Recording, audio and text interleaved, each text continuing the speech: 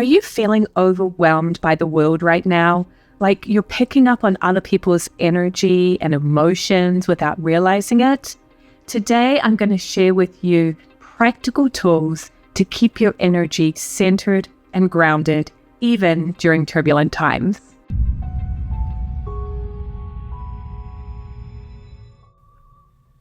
Hey, I'm Melissa, and I'm your guide to all things connecting with spirit and your spiritual life. So if you're new here, please hit subscribe. So we are in unprecedented times right now on planet Earth. We are learning and growing at a faster pace than ever before. And if you're sensitive, if you are very tuned into energy, you may be feeling a lot of emotions right now, heightened emotions. And some of those emotions and energies may not really be yours. If you're sensitive to energy, you can absorb it and you can pick it up, whether it be from another person, from the environment, or the world at large. You are energy. You are a radar system of energy all the time. And I think sometimes we don't give that enough credit.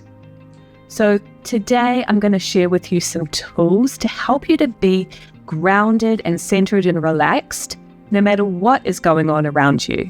And I feel like right now, this is even more critical than ever. It's always important, but these tools to stay relaxed and grounded are essential right now. So the first thing to be aware of is recognizing what's me and what's not me, right? What's really you and what's coming from something else. This is called discernment of energy. If you are picking up on other people's energy, you may experience things like suddenly being in a bad mood, right? Or having mood swings. They're having thoughts that don't seem like you. They feel unfamiliar. And maybe also feeling drained after social interactions. So a really good key, two keys actually, that you can do. The first is to get into the habit of asking the question, whether you're just asking it to your higher self or you can ask it to your guides, your spirit guides. Is this feeling mine? By asking that question, you're going to start to be able to discern it. Often when it's not you, it will be easier to shake off and release, right? But you want to know. The second tool is a little technique that I learned through the Way She Was College that I think is really helpful. And here it is. I take my right hand and I put it on my chest. Sorry, I'm hitting my microphone. Putting it on my chest and I say, this is me and that's not me. This is me and that's not me. Try that out. It's kind of symbolic, but you will feel the difference when you physically do that with the palm of your hand.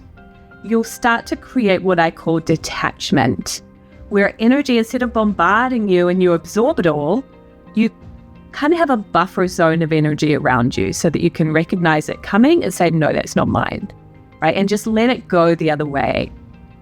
That can be really, really helpful. So start to create that as a practice, right? Likely nobody taught you how to discern energy. So start practicing that. It could be really, really helpful. Key number 2 is to have grounding practices in your life. What are those tools that are kind of like your spiritual upkeep? You need to do them on a regular basis in order to maintain that relaxed, calm state. I know for me personally, I've had to really double down on this. I notice the difference if I don't use my spiritual tools, right? I say I'm too busy or I get distracted by life stuff. And then I pay the price because I don't feel good, right? I start to have those not so high vibration or low vibration feelings like a little bit of sadness, depression, feeling stuck, out of sorts, unfulfilled.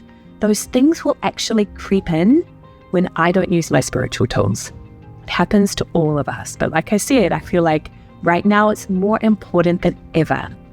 So my go-to that you will hear me talk about over and over again on my channel, my clients know as well, my go-to spiritual tool, I think the most important thing you can learn on your spiritual journey is a technique called spiritual cleansing.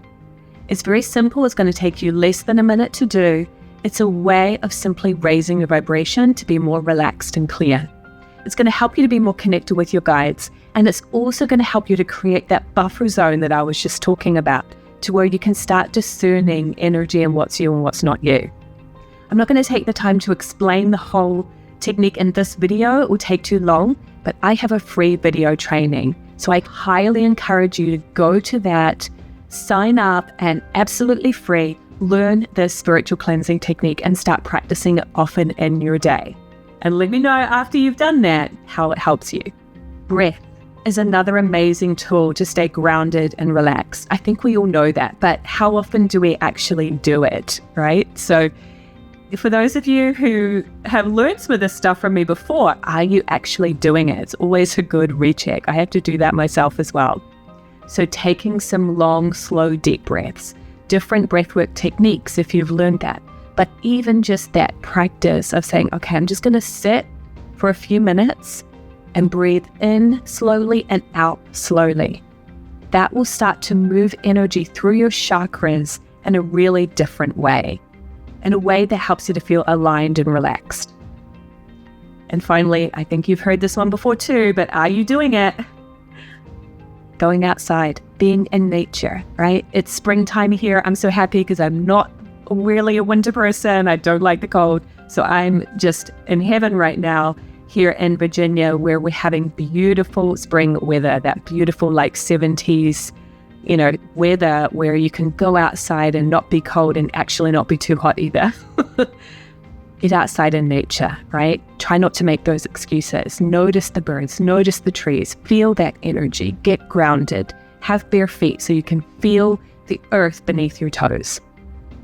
If you do those simple things regularly, you're going to notice how much more grounded and relaxed you feel.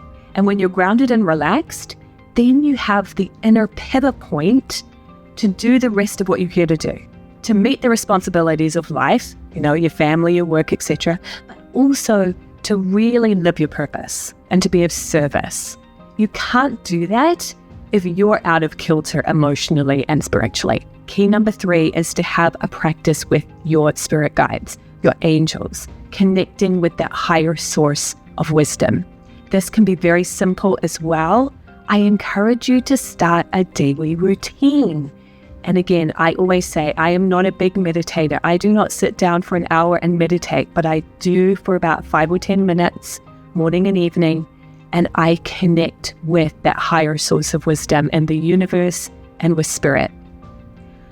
I changed the name of my business about a year ago to be called the Spirit Guided Life School, because that is the mission that I want to share with you, to have your life be guided by spirit first, with your connection with source energy. It is very real. It is all around us. There is so much wisdom that can be had by just having a simple practice of connecting with spirit. So how can you do this, right? One thing you can just do that cleansing technique you're going to learn in the training video. And then you'll say, guys, what do you have to share with me today? And you might hear words, you might see images, you might just have an inner knowing, right? If you want to go deeper with learning how to receive messages from your angels, check out my Awaken to the Messages of Your Angels course. It's low cost and gives you amazing tools that you can use to have a daily practice of spirit connection. The link is in the YouTube comments below.